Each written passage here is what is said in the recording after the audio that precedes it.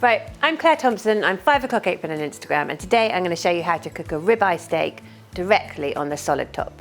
So I've got a lovely marbled, beautiful piece of ribeye. I've got some olive oil.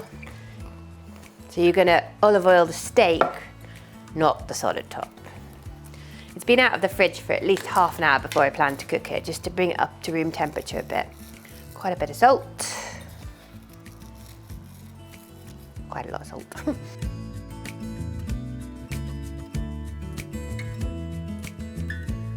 I'm going to cook this steak on the solid top. I've got my solid top on at 350, so super hot.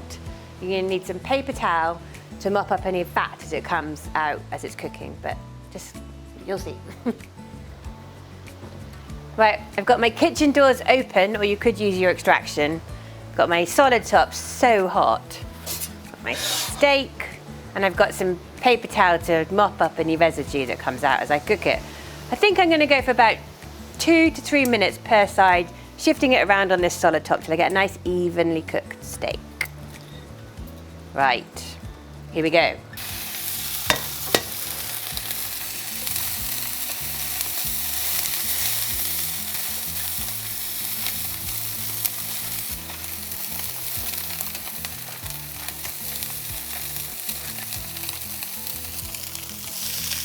Right, that's about a minute. I'm going to flip it over.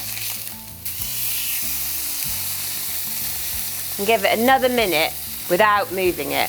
And then I'm going to use the rest of my cook time moving it around the solid top to cook to my liking. I'm going to go for a medium rare steak.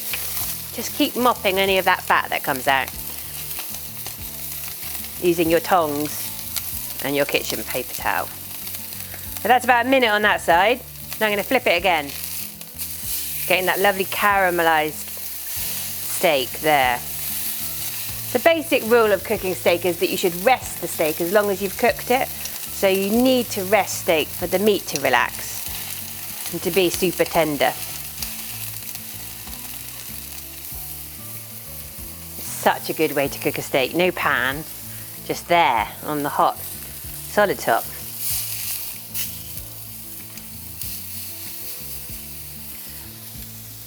There's an old chef hack where you can test if your steak's done to your liking with relaxed hand being tender. That bit should feel like that. Medium is there, and then well done is there. So you have your hand relaxed is tender, that is medium rare, tight is well done. So yeah, it's getting there now. I can feel it on that side. We're going for medium there. Take that off now, and I'm going to rest that for as long, if not more, as I've cooked it. Don't worry about too much of that, because that'll all burn off when you put this lid down. You want to rest that somewhere nice and warm. A little knob of butter always helps things along, and plenty of black pepper.